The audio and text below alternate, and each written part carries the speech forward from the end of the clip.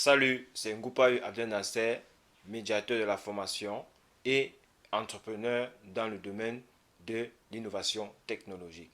Alors, la fois dernière, nous avons exposé une petite vidéo sur la démarche structurée, professionnelle et stratégique dans la recherche de l'information.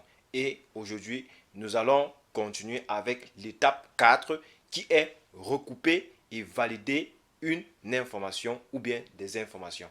Alors, vous devez d'abord comprendre que lorsque vous mettez vos informations dans les réseaux sociaux ou bien dans votre site internet, cela dépend maintenant de votre crédibilité parce que il faut toujours et toujours miser sur la valeur et la logique de votre vision. Maintenant, pourquoi est-ce qu'à un moment donné, il faut recouper l'information, il faut valider l'information? Parce qu'il faut se rassurer de la nature exacte, de la source de l'information avant de s'y engager dans le choix de son organisme. Alors, je vous montre alors l'étape, le schéma que j'ai fait pour valider et recouper une information.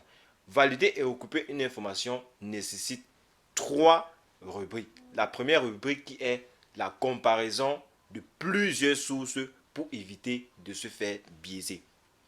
Pourquoi est-ce qu'il est important de comparer les sources? Si par exemple, nous avons reçu une information, par exemple, il y a une ONG qui a financé, qui proclame qu'il a financé une entreprise pour la fabrication ou bien pour la mise en place de 50 pompes, de 50, comment dirais-je, les eaux et forages dans les régions.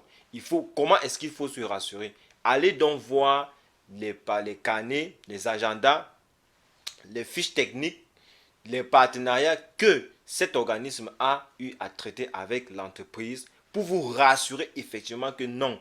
Est-ce que vraiment les 50 ou bien les 100 pompes, les 100 forages ont été mis sur pied?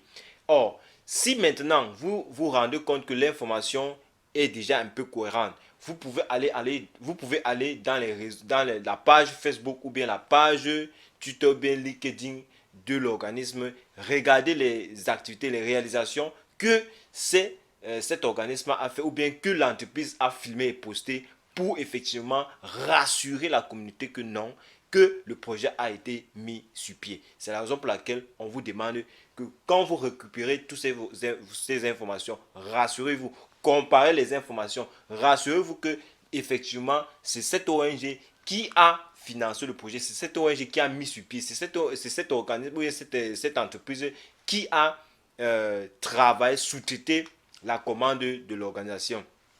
Par exemple, vous confrontez la version officielle d'une entreprise avec une presse locale. Donc, par exemple, il y a une entreprise qui a lancé une formation gratuite pour les enfants démunis. Comment est-ce qu'on doit se rassurer? Allez dans les presses, vous regardez si est-ce que l'entreprise existe. Peut-être aller dans les réseaux sociaux, vous voyez si l'entreprise existe. S'il y a un quoi s'il y a un déclic là, ça veut donc dire que l'information n'est pas fiable, la source n'est pas palpable, elle n'est pas réelle. Donc, en conclusion, on se dit que euh, l'organisme n'a pas effectivement financé le projet. Maintenant, comme deuxième rubrique, vous avez la vérification de la mise à jour. Chaque fois que vous entrez en possession d'un document qui a été téléchargé sur Internet, regardez toujours la date. Est-ce que la date qu'on a produit le document, est-ce que c'est la date présente? Ou bien est-ce qu'elle ne date pas de plus de 5 ans? Donc, quand vous regardez les dates, vous vérifiez si la date de rapport d'annonce coïncide avec la date présente ou vous êtes en train de vouloir faire votre sélection de partenariat ou bien vous êtes en train de vouloir déposer le dossier de sponsor à un organisme. Il est très primordial parce que si vous ne regardez pas ça, vous pouvez télécharger une documentation qui date de très longtemps et peut-être qu'on a changé les clauses, qu'on a changé les réglementations, qu'on a changé les informations et que vous ne connaissez pas. Et à un moment donné, vous montez le dossier en fonction de ces rapports et vous retrouvez dos au mur. Maintenant, comme dernière rubrique, observation des résultats sur le terrain. Toujours aller sur le terrain pour vérifier la source de l'information, pour vérifier bel et bien si l'organisme existe, si l'entreprise existe. Si c'est ça peut être une entreprise fictive. Et si c'est une entreprise fictive, rassurez-vous que cette entreprise a des papiers, rassurez-vous que cette entreprise existe réellement et qu'elle vit de façon légale.